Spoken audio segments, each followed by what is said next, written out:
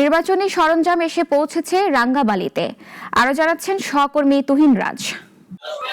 আর কয়েক ঘন্টা পরই কিন্তু অনুষ্ঠিত হবে গণভোট ও ত্রয়োদশ জাতীয় সংসদ নির্বাচনের যে ভোট, সেই ভোট কিন্তু আর কয়েক ঘন্টা পরে কিন্তু অনুষ্ঠিত হবে।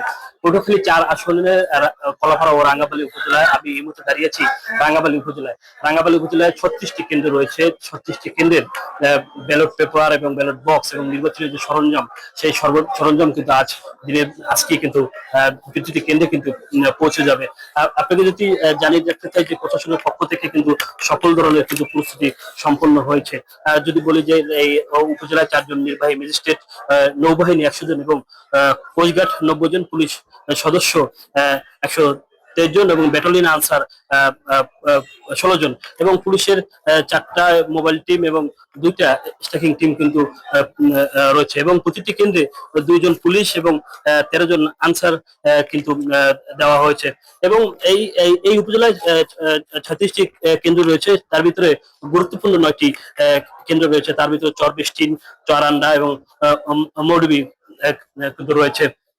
আপনাকে যদি একটু জানিয়ে রাখতে চাই, এই পটুয়াখালী 4 আসনে কিন্তু 4 জন প্রার্থী ছিলেন। ইতিমধ্যেই একজন প্রার্থী কিন্তু এই নির্বাচন থেকে কিন্তু সরে দাঁড়িয়েছেন। তিনি কিন্তু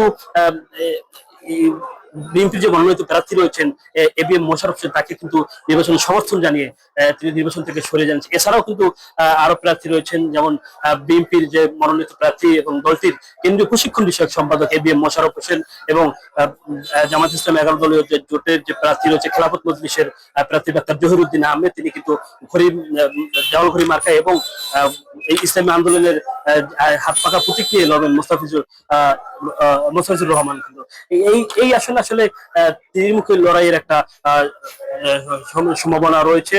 আসলে ভোটাররা বলছেন তাদের যে পছন্দের প্রার্থী এবং যারা আসলে সাধারণ মানুষ, সাধারণ জনগণ নিয়ে যারা কাজ করবে, দেশের উন্নয়নে যারা কাজ করবে, এমনকি প্রার্থী কিন্তু